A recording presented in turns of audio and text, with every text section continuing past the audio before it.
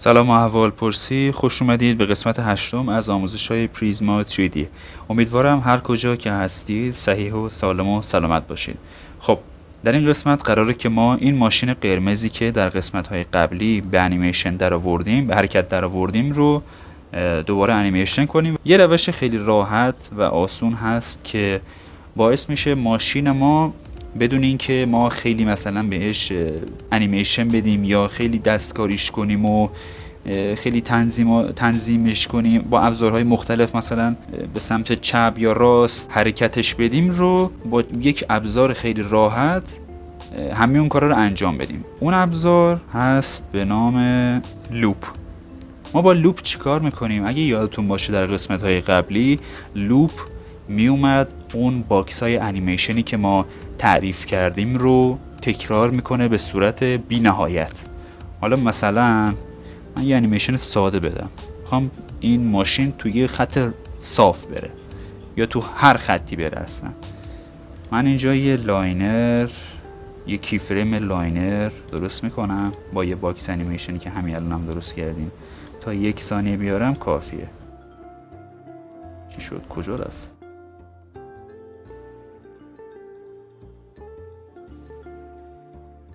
اینجا یکی بوده. درست شد. متاسفانه این برنامه خیلی باگ داره و باید حواستون باشه که چیکار دارید میکنید. و این ماشین رو تا همینجا کافیه. همینجا کافیه. مثلا نه کافیه.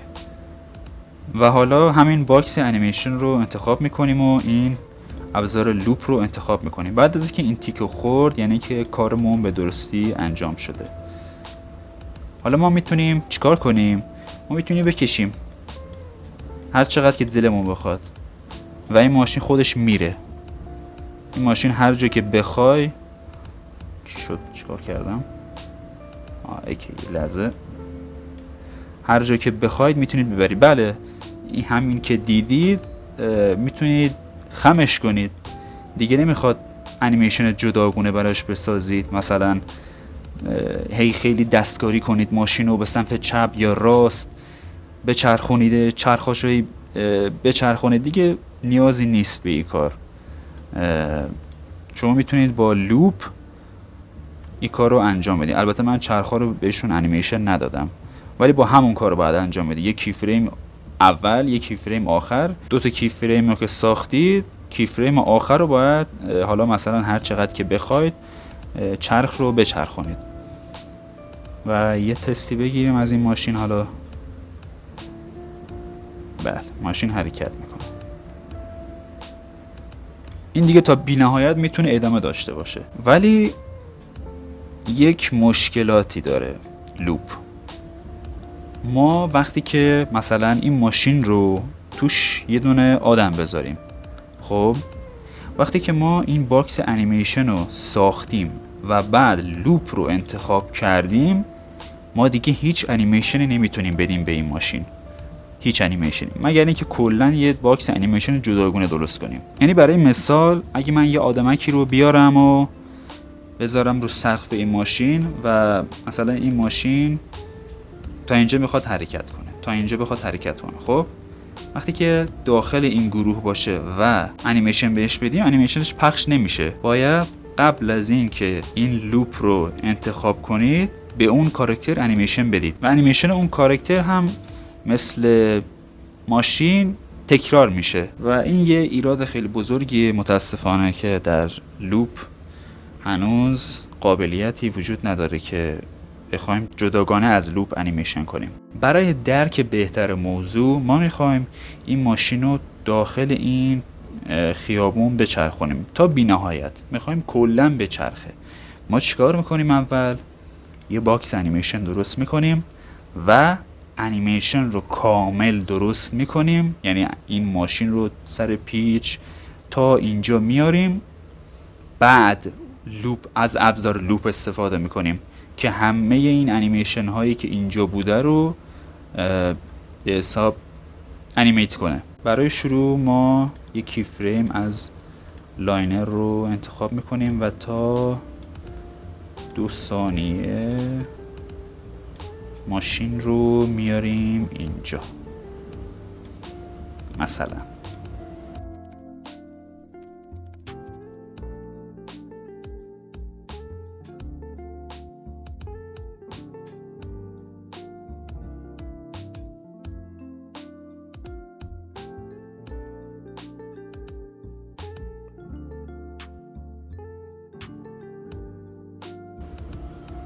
خیلی خوب، این سرعتش خیلی زیاد شد.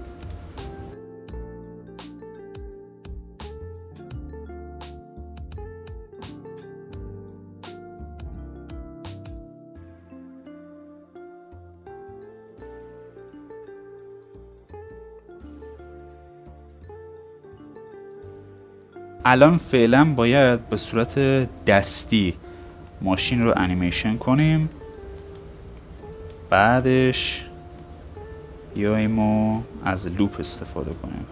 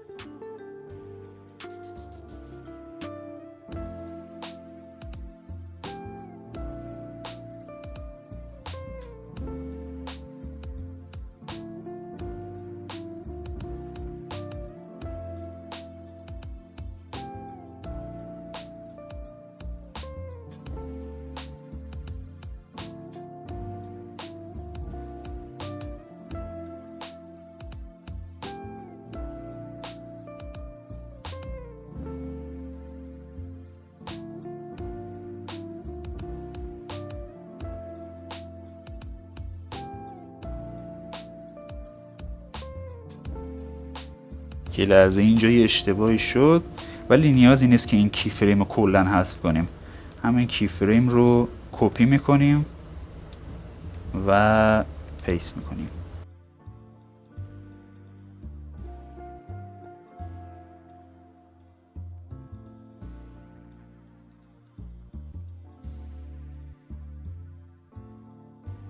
حتما نیاز نیست که کی فریم ها رو شما حذف کنید و از نو بسازید.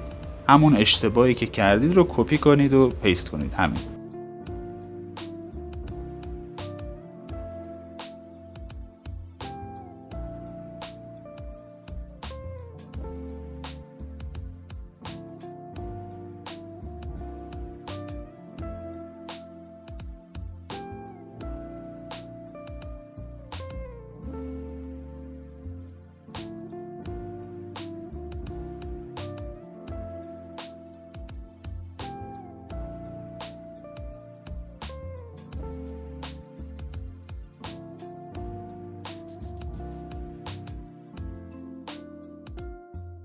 خیلی خوب، حالا برای تکرار خیلی خوب انیمیشن ما چیکار میکنیم؟ ما میایم این اول همین کی فریمی که شروع کرده رو انتخاب میکنیم، میایم اینجا و کنم همینجا کافی باشه، پیستش میکنیم، دقیقا میاد سر جاش. ما باکس انیمیشنمون رو تا همینجا میبندیم، تا همین جایی که ماشین به نقطه شروع خودش میرسه. میایم این کی فریم هایی که میبینید سر پیچ یکم تیز شده، نباید اینجا اینطوری بشه. اینجا رو یکم جهت این ماشین رو درست کنیم، حالا تا برسه به پیچ.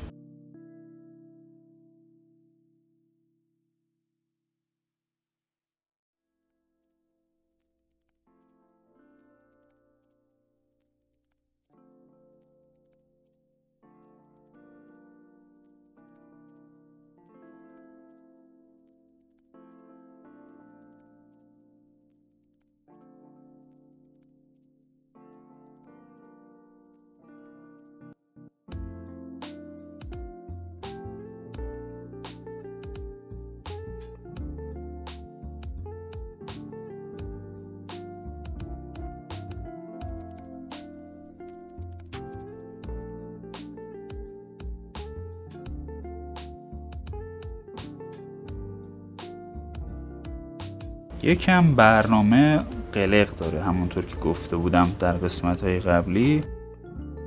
برنامه قلق داره، خیلی هم اذیت میکنه، ولی با این حال میشه یه کارایی کرد بالاخره.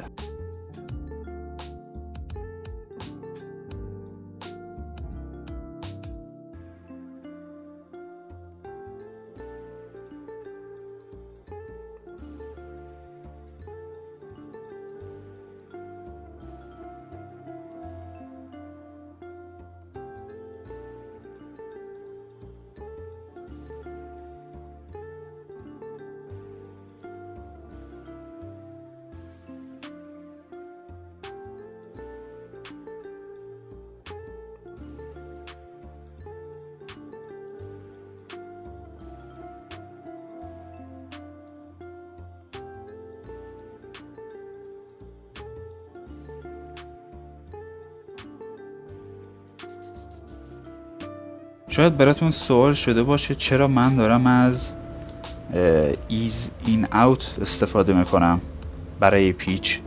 چون که همونطور که میبینید این گوشه های که ماشین داره حرکت میکنه، این خطوط حرکت ماشین یکم تیز شده. خب در واقعیت ماشین یه همچین اتفاقی براش نمیفته و باید اینو درست کنیم با ایز این اوت. تقریبا درست شد. حالا خیلی نمیخوایم که وقت بهش بدیم که تایم ویدیو خیلی زیاد بشه.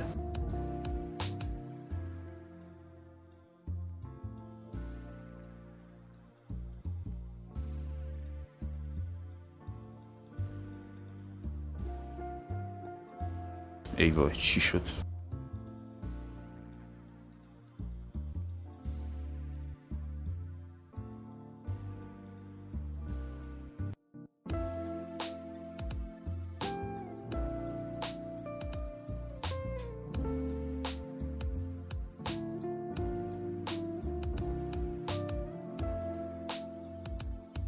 این که میچرخه کامل اصلا خوب نیست.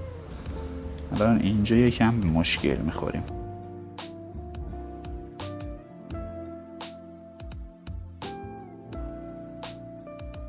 کامل 360 میزنه دیگه. خب اینجا دقیقاً مشکلی نداره، ما فقط همین رو میچرخونیم. همین، کار خاصی نمیخواد انجام بدیم.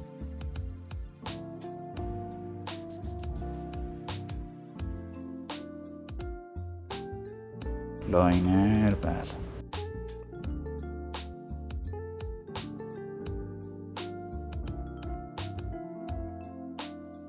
من نمیفهمم چه علاقه ای داری پرواز کنی ماشین بروجک. اینجا رو میداریم ایس این اوت.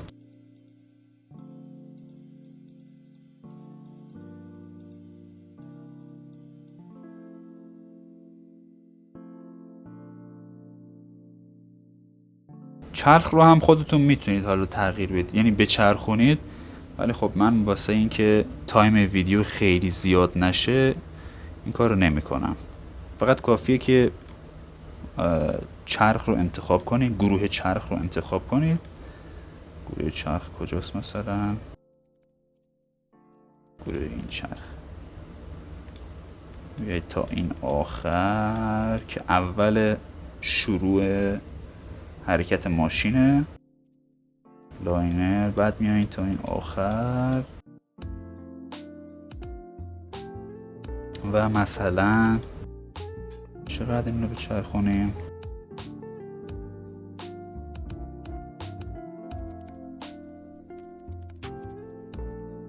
میکنم همینجا دیگه کافیه، نه؟ آره کافیه، بستشه دیگه. این چرخ خودش دیگه میچرخه.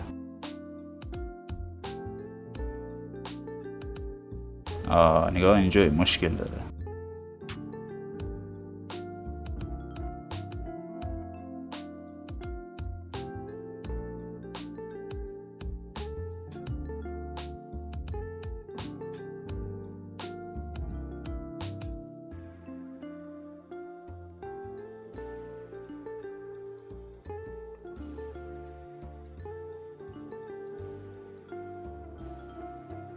خیلی خب، آماده است دیگه. حالا خودتون هم میتونید واسه ماشینی که درست کردید مثلا ما بین این پیچ ها چرخ رو مثلا به سمت، الان به راست داره میپیچه، به راست مثلا بچرخونید.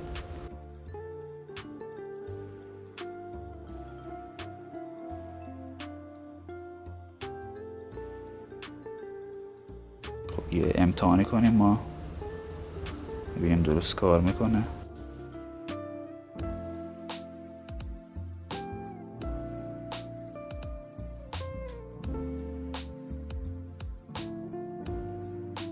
بله تقریبا درست کار میکنه. گفتم واسه آموزش خیلی قرار نیست به این ماشین جزئیات بدیم که وقتتون الکی هدر بره. همین باکس ماشین رو انتخاب میکنیم و ابزار لوپ رو انتخاب میکنیم.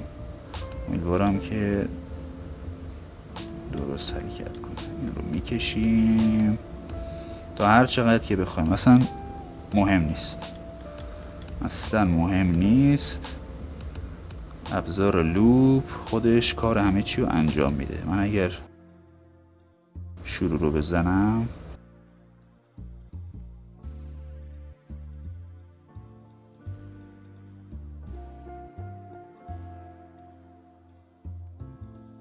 بله درست کار میکنه. ابزار لوپ دیگه درست کار میکنه. یه کار جالب دیگه هم که میتونید انجام بدید اینه که اینجا رو که انتخاب کردید یه کپی بگیرید. کپی رو که گرفتید یه کمی میاریدش اینور، یا مثلا یه کمی میاریدش عقب‌تر. خب بعد شروع رو که بزنید، 2 تا ماشین دارید که دارن مسابقه میدن.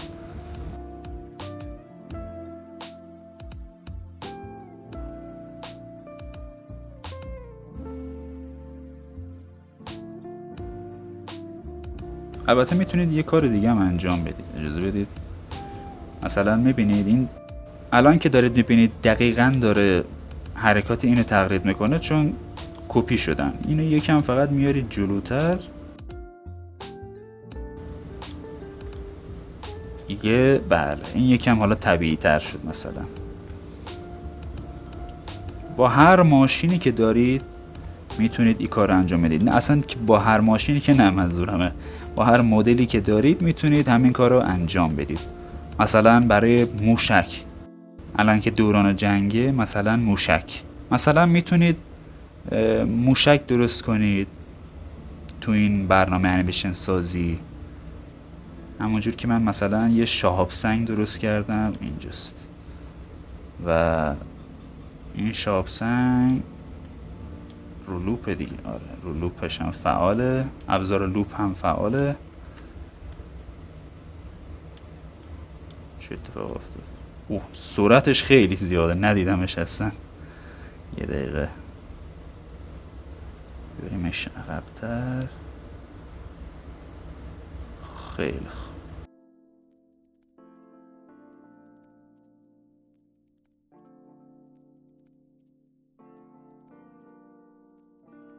با ابزار لوپ شما میتونید انیمیشن های فوق‌العاده‌ای درست کنید. یه چیزی مثل این نوری که داره دورش میچرخه، به خاطر اینه که حالا اینو بیارمش پایین بهتر ببینید.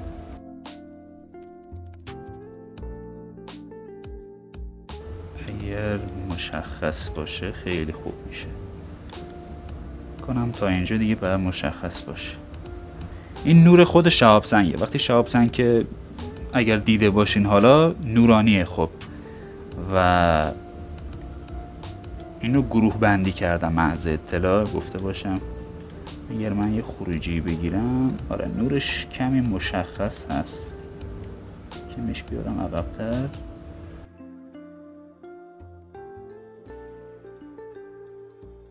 بله نورش هم مشخصه، ولی حالا اینجا گرافیک خاصی نداره چون